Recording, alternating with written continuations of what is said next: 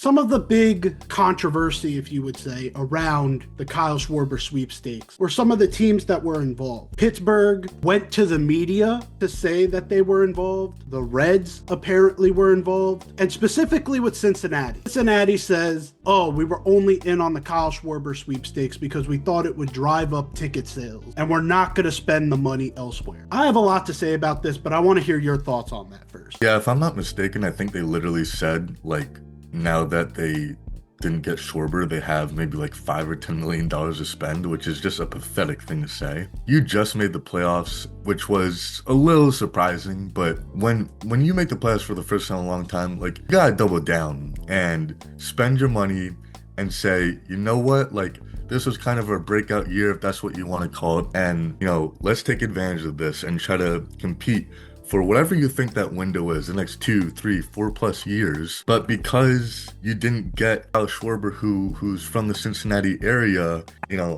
let's just give up. That's a solid excuse to just be cheap again. I mean, it was exciting to hear, maybe they'll spend some money this offseason, and I was about to respect it. But then just because they miss out on their guy, I think we only have $5 million left.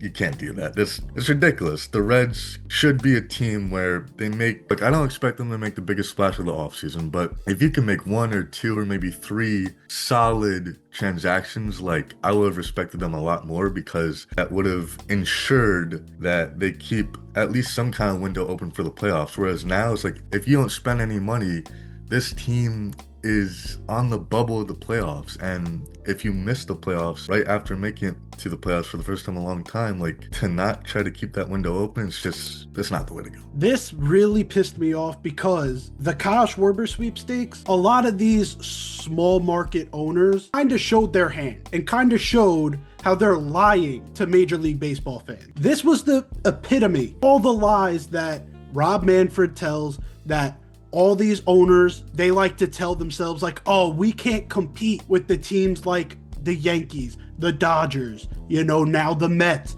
We can't compete with them. But you showed your hand and now you have 9 figures to spend on a DH. It's a lie. These small market arguments have now been proven to be a fallacy. And these small market owners almost had all these fans, because all these fans around Major League Baseball, they're complicit in these lies because they spread them, being oh, baseball, we shouldn't even watch this year. The Dodgers are going to get it. Going to be the Yankees are always going to be at the top.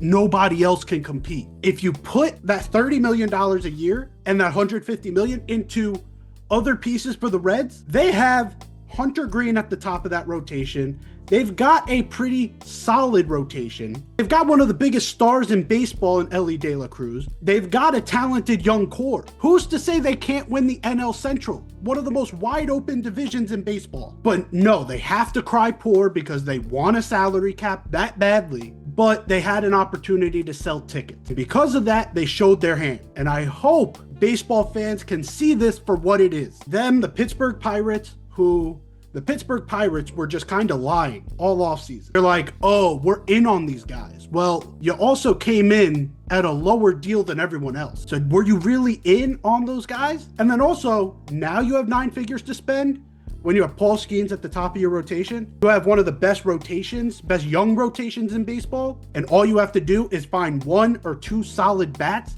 and you could find yourself where the Reds were last year. It's ridiculous to me. I don't understand how people look at this and then say it's the Dodgers' fault. It's the Yankees' fault. It's the big market's fault. No, these teams have money. They're not willing to spend it. It's a damn shame because both of those teams have so much potential if they just invested a little bit into them. I would love to add more, but I'm 100% on board with you that there's nothing more I could possibly add.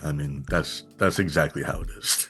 Literally. It's just ridiculous to me. You can't tell me your team is poor. Let's face it, Kyle Schwarber at this point in his career, he's a DH. He's never going to play the field again. And you're willing to give him $150 million?